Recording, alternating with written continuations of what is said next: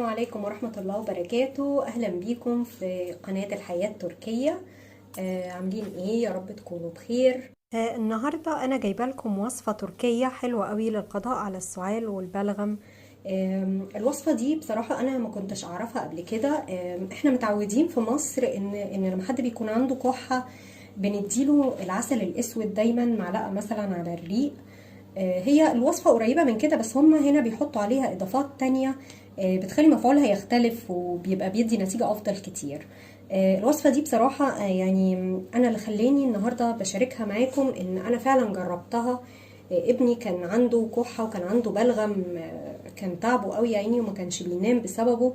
وبعدين انا صاحباتي الاتراك قالوا لي على الوصفه دي، فبصراحه عملتها ما شاء الله يعني بفضل الله في 3 ايام بس لقيت الموضوع عنده خف كتير جدا الحمد لله. ولقيت فعلا لا مفعوله ليه تاثير حلو قوي على موضوع الكحه وعلى موضوع البلغم، لا بيختلف خالص وبيريح الصدر جدا. فقلت ان انا النهارده اعملها معاكم. اول حاجه ان شاء الله هنجيبها. بصوا احنا هنا في تركيا ما عندناش عسل اسود، اللي هو ما عندناش قصب السكر، فهم هنا بيعملوا العسل من دبس العنب. دبس العنب بصوا هو يعني شبه قوي العسل الاسود اللي احنا متعودين عليه في مصر، نفس الريحه والطعم والقوام. وعلى فكرة هو كمان نفس التأثير للكحة، يعني ممكن انتم لو مفيش دبس عنب متوفر عندكم فبتستخدموا طبعا العسل الاسود او اي دبس موجود تاني.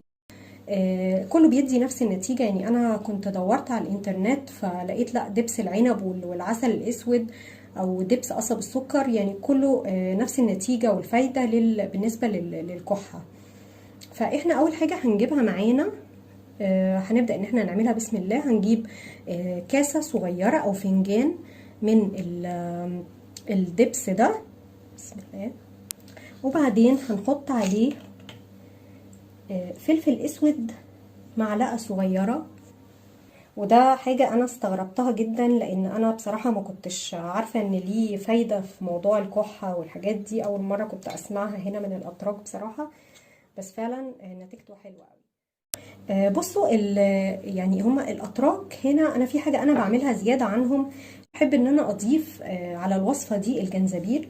هما هنا مش بيحطوه الاتراك عليه، ولكن انا جربته برضو معايا فانا بضيف منه برضو معلقه صغيره. وبعدين ببدا احط عليهم عصير نص ليمونه. وطبعا احنا الليمون عندنا الليمون الكبير اللي هو القضاليا، مش الليمون اللي موجود في مصر الصغير. فانا بحط بس هنا نص ليمونه، انتم هتحطوا بقى ليمونه كامله هتعصروها عليه.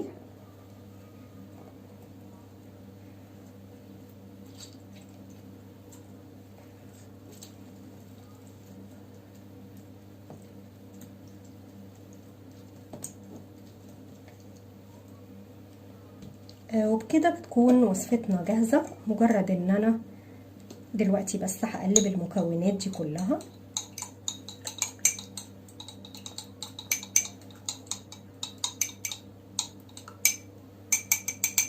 طيب الجرعه بتاعته دي هياخدوها قد ايه الاولاد؟ وهي على فكره الوصفه كمان للكبار مش للاطفال بس.